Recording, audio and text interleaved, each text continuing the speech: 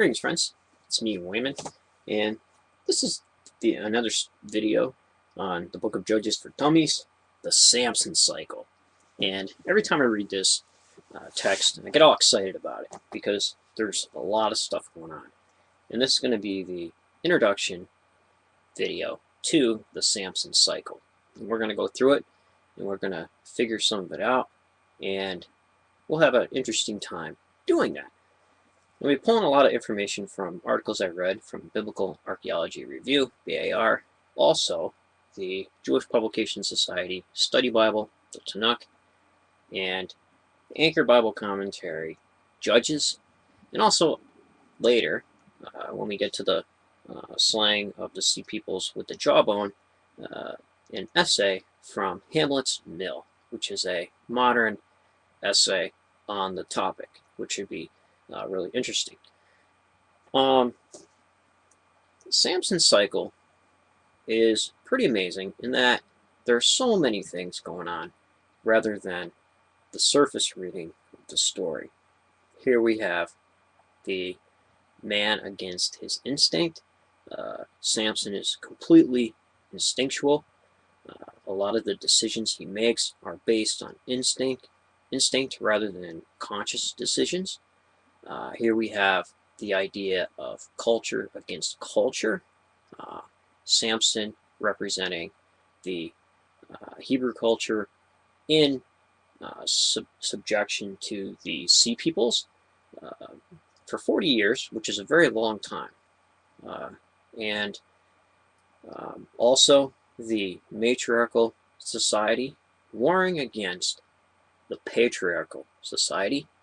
Samson warring against the shadow and his anima, and how destructive that can be. And also the patriarchals, or the matriarchals in this story. The matriarchals perceived cunningness of the patriarchal, and then finally the political ideas of Samson being a single warrior, a single person. The writers saying we need a king to unite this particular piece. The book of Judges is a mix of all these stories, exciting stories from different points of view politically, all put together into this amazing piece of literature.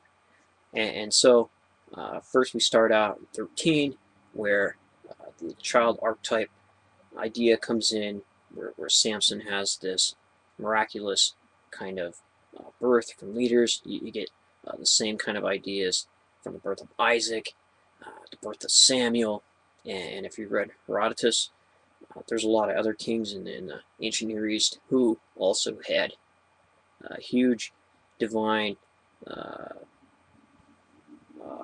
preambles, you might call it, to their births. So we'll get into some of that, and I'm pretty excited about it. I haven't done these videos in quite a while, and I've been reading quite a bit, but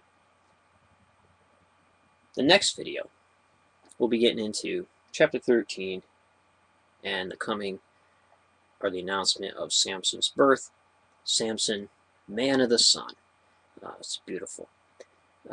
Also, when in the end, Samson, this ticking time bomb of pure instinct, the divine drops him right in the middle of the sea people's camp. They put out his eyes. He grinds the wheat for Dagon, and when they think they got him licked, they're going to bring him to the temple. This matriarchal deity of fertility. He's a fish in some areas, but in Greek, he's the god of the grain and the plow.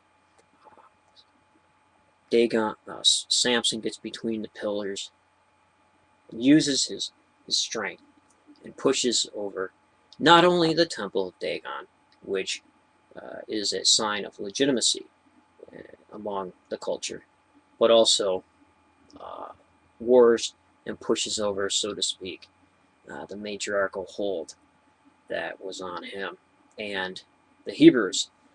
So you see this happening all the time. Culture wars, wars of politics and ideas, of emotions, and it's all bound up into a couple chapters of the Samson cycle. So take care, friends, be well, and remember, if everybody's thinking alike, then somebody isn't thinking